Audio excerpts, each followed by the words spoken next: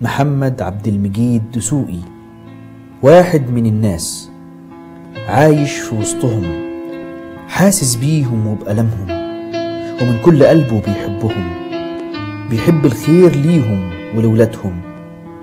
شعاره: إن أريد إلا الإصلاح ما استطعت. مادد إيده ليهم وينادي: معا للإصلاح. محمد عبد المجيد دسوقي من مواليد قرية ميت كنانة، مركز طوخ، محافظة القليوبية، في 24/10/65. عاش طفولته وشبابه في قريته، وسط الناس، وسط الغيطان، وسط عرق الشقيانين. اتخرج من كلية هندسة شبرا سنة 88. اشتغل مهندس استشاري بالخارج لمدة 10 سنين، وأشرف على تصميم وإنشاء كتير من المساجد والمجمعات السكنية والتجارية في مصر وخارج مصر. شارك في العديد من المؤتمرات الدولية في مجال الهندسة المعمارية، حصل فيها على أعلى الشهادات التقديرية. محمد عبد المجيد دسوقي حقق تواجد كبير وقبول أكبر عند أهالي دير الطوخ في انتخابات مجلس الشعب 2005، وبفضل الله تعالى حصل على أعلى الأصوات. لكن التزوير منع دسوقي من دخول المجلس، واعتقل في عام 2008 لمنعه من الترشيح في انتخابات المحليات لشعبيته الكبيرة. له نشاط كبير وواسع في خدمة الناس، وقف معاهم، نصر فقيرهم، كرم أيتامهم، كرم المتفوقين من ولادهم، احتفل بأطفالهم، حب الناس وحبوه، شاركهم وشاركوه.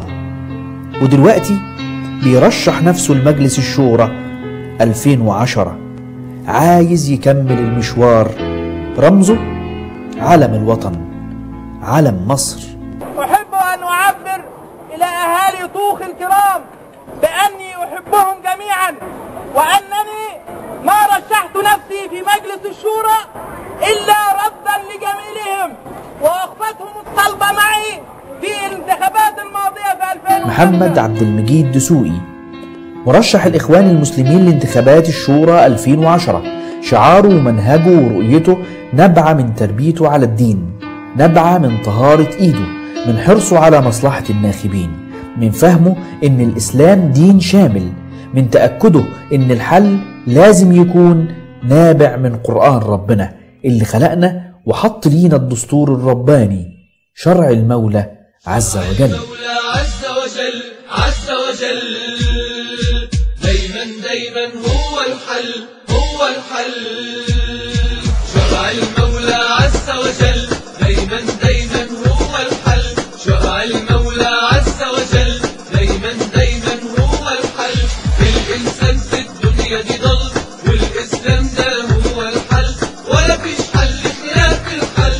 الإسلام ده محمد عبد المجيد دسوقي ده اسمه، وشهرته محمد دسوقي رقم 8، رمز العلم. عمال وفلاحين، مرشح عن دير الطوخ والقناطر الخيرية.